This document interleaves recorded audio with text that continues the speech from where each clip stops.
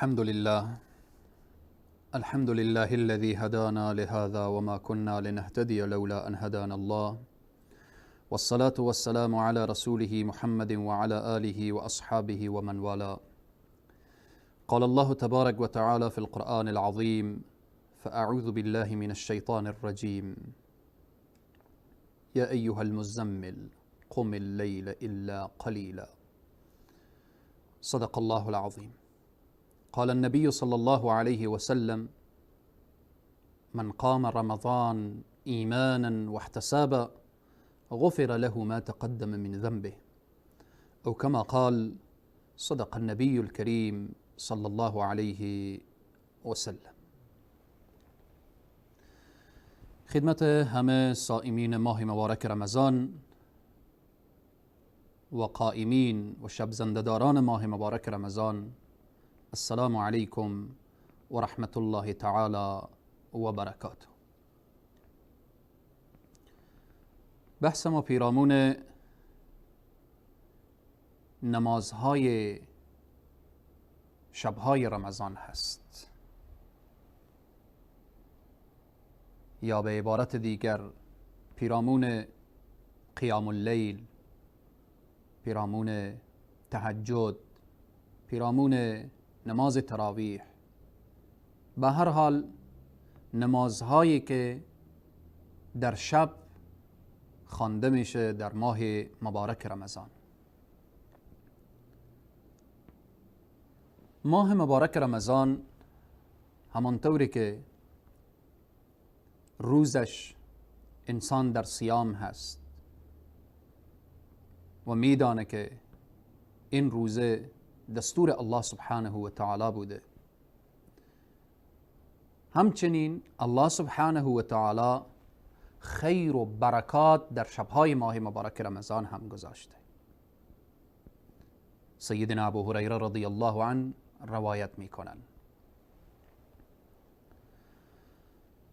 سیدنا ابو هریره میفرمایند: کان رسول صلی الله علیه و سلم،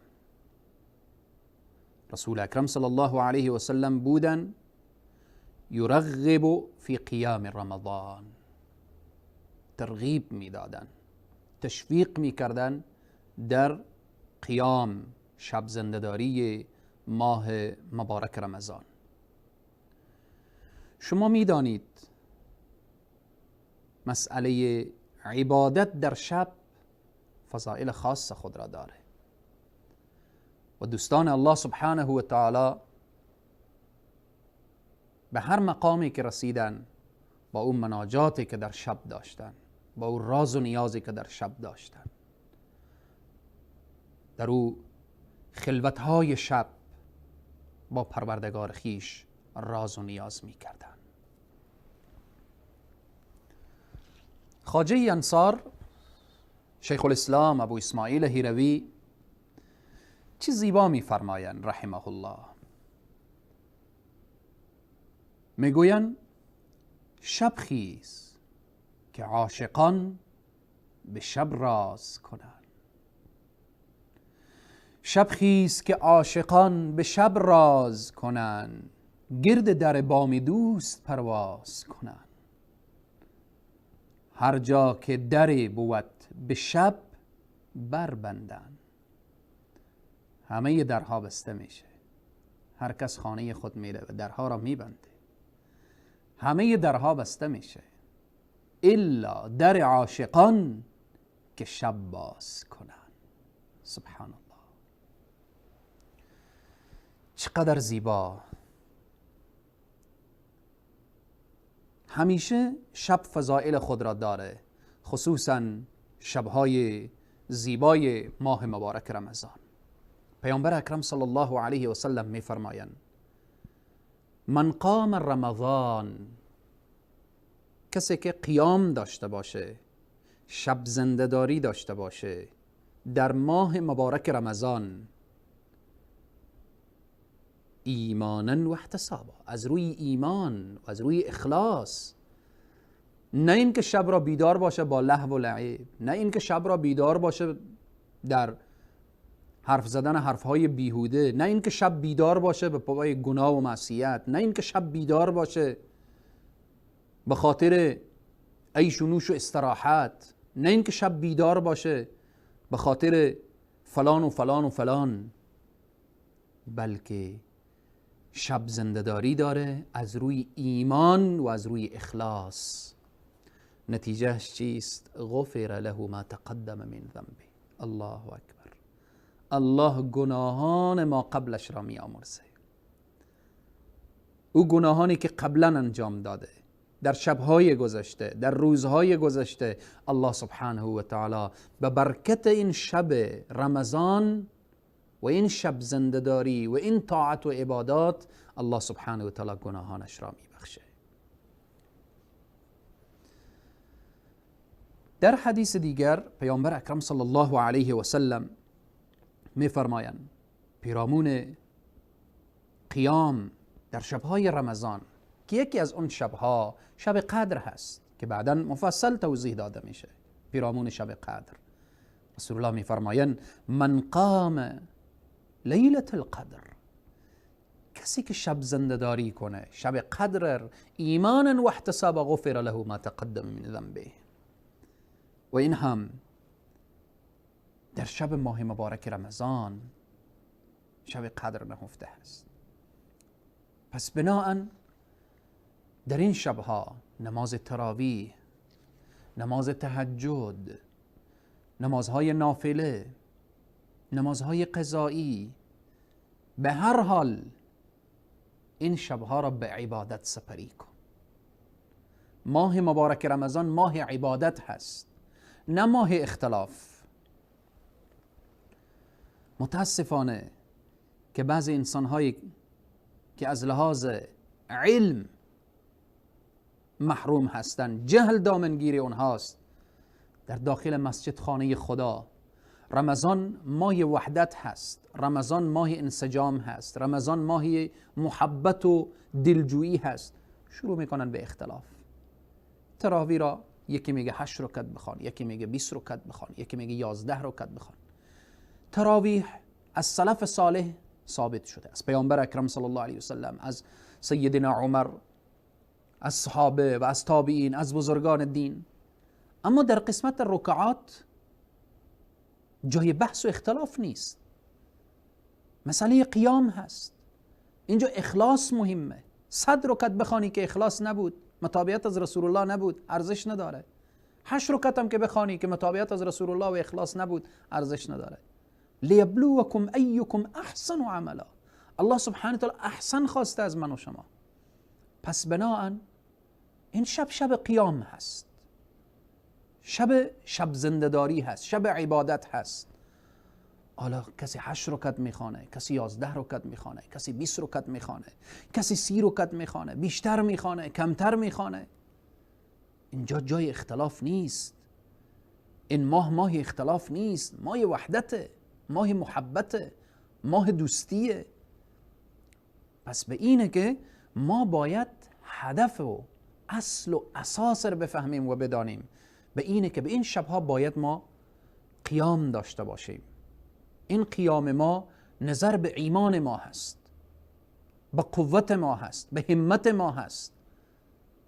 پیامبر اکرم صلی الله علیه و سلم میفرمایند من صلی العشاء فی جماعت، کسی که نماز عشاء در جماعت خواند، فکأنما قام نصف اللیل، گویا که شب زنده‌داری کرده نصف شب را.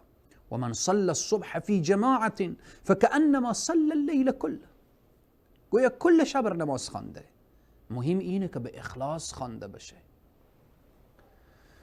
پس خواهر مسلمان، برادر مسلمان، ما باید شبهای رمضان را مد نظر داشته باشیم. قیام اللیل، تهجد، نماز تراویح، تسبیح، سجده، همه این مسائل. ماه عبادت هست. اگر کسی مأمور هست نمیتونه کل شب بنشینه، حتی نماز عشا را با جماعت ادا کنه، نماز صبح با جماعت ادا کنه، فضیلت شب کسب میکنه، فضیلت میگیره. اما باز هم این دلیل نمیشه که من مصروفم و من کار دارم و من مأمور هستم. از فرصتهای رمضان باید استفاده کرد. فضیلت قیام در شبهای ماه مبارک رمضان. نماز همیشه فضیلت داره، خصوصا در شبهای ماه مبارک رمضان. بهترین وقت در شب ثلث شب هست که انسان شروع کنه به راز و نیاز با پروردگار بی نیاز. الله سبحانه و تعالی به صراحت میگه یا ایها المزمل قم اللیل، برخیز در شب نماز بخوان. شب هست، از فرصتهای شب استفاده بکن. ده ها آیه دیگر داریم که الله سبحانه و تعالی به حبیب خود دستور میده که از شب استفاده بکن و در شب در سجده باش، به عبادت الله سبحانه و تعالی باش. رسول اکرم صلی الله علیه و سلم میفرمایند افضل الصلاة بعد الفریضه، بهترین نماز بعد از نمازهای فرض صلاة اللیل، نماز شب هست. در شب سحر هست. این ماه مبارک رمضان الله سبحانه و تعالی ما را به بهانه‌ای که بلند باش و غذا بخور میخواه که ما را شکار رحمت خود بگردانه. میخواه که الله سبحانه و تعالی ما را به دام رحمت خود بگیره. در وقت سحر الله سبحانه و تعالی بلا کیف به آسمان دنیا نزول میکنه، میای به این آسمان صدا میکنه یقول من یدعونی فاستجیب له، چی کسی از من طلب داره تا من اجابت بکنم؟ چی کسی مریضی داره تا من مریض او را شفا بدم؟ چی کسی قرض داره تا من قرض اون را برآورده بسازم؟ چی کسی مشکلات خانوادگی داره تا من مشکلاتش را حل کنم؟ چی کسی اولاد میخواد تا من برایش اولاد بدهم؟ چی کسی مشکلی داره که هیچ کس مشکلش را حل کرده نمیتوانه که من مشکلش را حل کنم؟ این صدا و ندا وقت سحر هست و میفرماید من یسألونی فاعطی، چی کسی از من طلب داره، سوال داره تا من برایش بدهم؟ من یستغفرنی فاغفر له، چی کسی آمرزش میخواهد تا من او را ببخشم؟ ای انسان، آیا لازمه که انسان بره در دیگری را بکوبه؟ آیا لازمه که انسان بره جای دیگری گردن کج بکنه و زاری بکنه؟ وقتی چنین رب دارید، چنین ذاتی که الله لا اله الا هو الحی القیوم، حی هست، زنده هست، همیش نمیمیره، قیوم پابرجاست، لا تأخذه سنة ولا نوم، او را خواب نمیبره، یک پینکی هم نمیره. دست بلند بکن به سوی الله سبحانه و تعالی. پس به اینه که ما نباید فضائل شب، خصوصا شبهای به این عظمت و بزرگی که شبهای رمضان هست، ما اینها را به دست فراموشی بسپاریم. خواب همیشه هست. 11 ما را خوابیدیم، 11 ما را خوردیم و نوشیدیم، 11 ما را به هر سمت و سویی که دل ما میخواست رفتیم.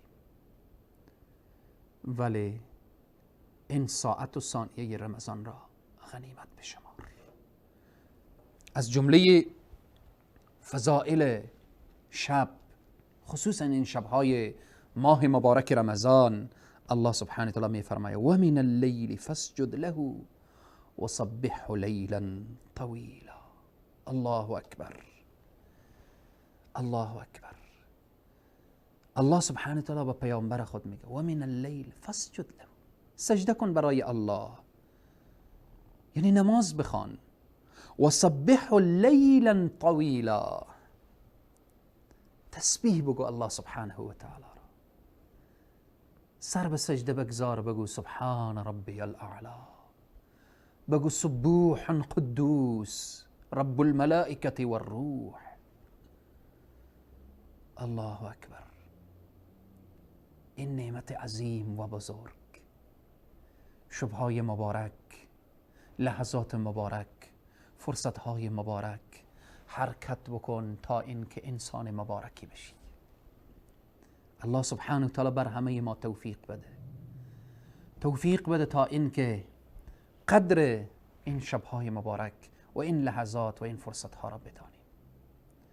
الله به ما توفیق بده که این حدیث در ذهن ما باشه، فراموش نکرده باشیم. کدام حدیث بود؟ حدیث من قام رمضان ایمانا و احتسابا غفر له ما تقدم من ذنبه.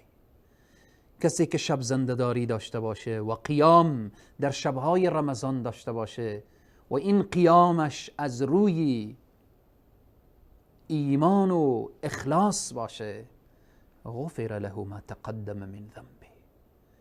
الله می آمرزه، آمرزیده میشه گناهان ما قبلش. الله سبحانه و تعالی بر همه ما توفیق عبادت و بندگی ارزانی بفرماید. الله سبحانه و تعالی به ما توفیق بده تا اینکه در این ماه مبارک رمضان چنان شب زنده‌داری داشته باشیم که این برای ما عادت بشه که بعد از رمضان هم شبها با پروردگار خود لحظات خلوت داشته باشیم.